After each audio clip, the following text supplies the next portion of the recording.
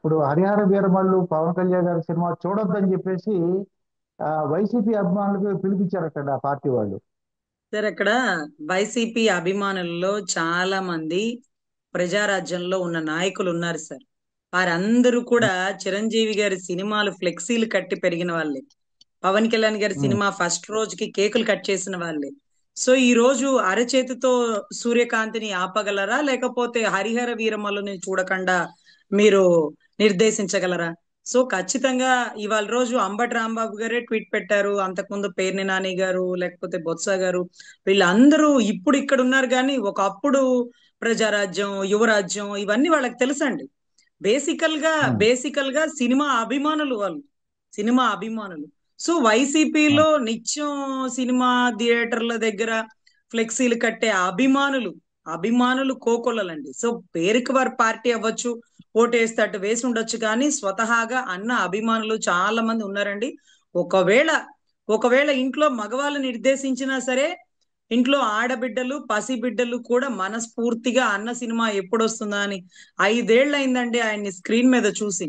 మనస్ఫూర్తిగా ప్రజలందరూ, ఆయన అభిమానులందరూ, లేకపోతే ఎప్పుడైతే అన్న అనుకునే సోదరులం అందరూ, ఆ సోదరి సోదరిమణులు అందరూ మనస్ఫూర్తిగా ఎదురు చూస్తున్నామండి. అందులోనూ ఏ రోజు ప్రచారానికి బయటికి అంటే పబ్లిసిటీ, అంటే పొలిటికల్ ప్రచారానికి తప్ప మూవీ పబ్లిసిటీ ఏ రోజు ఇవ్వలేదండి.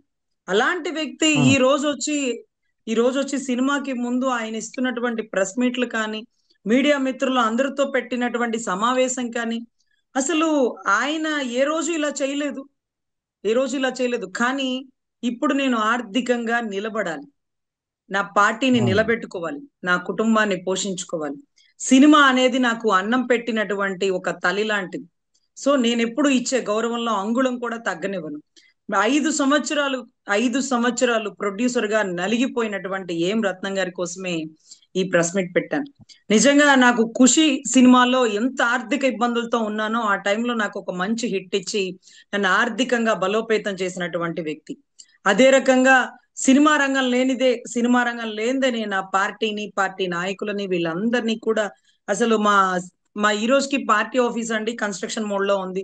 అది ఎప్పుడు కంప్లీట్ అయిపోతుందా, ఎప్పుడు దాంట్లో అన్న కూర్చుంటాడా, ఎప్పుడు ఆయన చూడడం కోసం మేము ఉర్రూతలూగుతూ వెళ్తుంటామా అని మనస్ఫూర్తిగా ఎదురు చూస్తున్నామండి. ఏదైతే ఈ మూవీ మీద వచ్చినటువంటి ఆదాయాన్ని గతంలో మీరు చూసుంటారు, ఓడించిన ప్రజలు అంటే 2 చోట్ల ఓడించిన ప్రజల కోసం కరోనా టైంలోనండి భవన కార్మికులను ఆదుకున్నారు. కౌలు రైతులు ఉమ్, చనిపోయిన వారికి ఆసటగా నిలబడి ఆ ఒక బాసట వేసినారు. అదే రకంగా ఉద్దానం సమస్యను, ఇవన్నీ కూడా ఎక్కడి నుంచి వస్తుందండి డబ్బు? ఆయన ఏమన్నా పూల వ్యాపారం ఉందా, పాల వ్యాపారం ఉందా? ఆయనకి తెలిసిందల్లా ఒకటే విద్య కదా, ఆ సినీ రంగ అవును. ప్రవేశం అనేది. సో ఖచ్చితంగా దాని మీద వచ్చిన ఆదాయాన్ని అంటే అంటే నమ్మని ప్రజలు అని అప్పట్లో, అంటే ప్రజలు ఓట్లేయలేదు, ఓడిపోయినాం అనే బాధ అయినా ఎప్పుడు లేదండి. ఇంకేదో నేర్చుకోవాలి, వారికి ఇంకొంచెం నమ్మకాన్ని నేను కలిగించాలి అని తన సినిమా రంగం మీద వచ్చినటువంటి డబ్బునంతా గత ఎలక్షన్ కి ముందంతా ఆయన ప్రజల కోసం ఖర్చు పెట్టిన తీరు తెన్న మేము చూసినామండి. సో నిన్న మొన్న ఉమ్, కూడా అంటే ఎలక్షన్స్ లో గెలిచి ఉప ముఖ్యమంత్రి అయ్యాక కూడా ఆయన ఎక్కడైతే వరద బాధితుల కోసం, లేకపోతే బోర్డర్ లో చనిపోయినటువంటి మురళీ నాయక్ కోసం, సో ఇలా ప్రతి విషయంలో ఆయన నేనున్నాను అని నిలబడుతూ తన నిస్వార్థత, తన నిజాయితీ, తన కరుణ, లేకపోతే తన సహాయ దృక్పథం అనేది అడుగడుగున చాటుకుంటున్నారు. వీటన్నిటికీ ఆయువు పట్టు మాకు మా అన్న సినిమాలో వచ్చిన డబ్బులండి.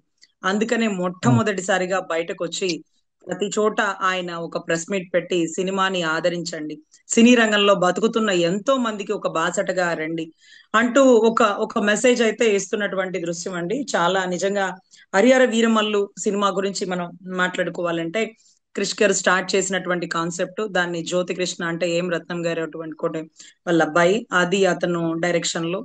తర్వాత పరమహంస గారు అని ఒక కెమెరామెన్ అండి, ఆయన చాలా మూవీస్ తీసినారు. సో అటువంటి ఆయన ఓజీ కూడా ఆయన కెమెరామెన్. సో అటువంటి ఒక వ్యక్తులు అంటే ఒక ఒక మంచి కాంబినేషన్ అండి. అంటే ఏం రత్నం గారు, ఆయన కొడుకు, లేకపోతే పరమహంస గారు, వీరందరూ కూడా ఒక మంచి కాంబినేషన్, జ్యోతి కృష్ణ గారి కాంబినేషన్. సో వీటన్నిటిలో ఒక అంటే గతంలో మనము ఛత్రపతి శివాజీని మనం చూసుంటాం, అంటే వినుంటాం ఛత్రపతి శివాజీ గారి గురించి. అంటే ఒక అప్పట్లో ముస్లింలకు సంబంధించిన సామ్రాజ్యంలో ఒక హైందవ ధర్మాన్ని కాపాడేటటువంటి ప్రాశస్త్యత అంటే ఖచ్చితంగా అంటే మనం శంభు చక్రవర్తిని మనం చూస్తున్నాం కదా ఈ మధ్యకాలంలో మూవీలో. అంటే జై భవానీ జై శివాజీ అనే ఒక నినాదం ఉండేదండి.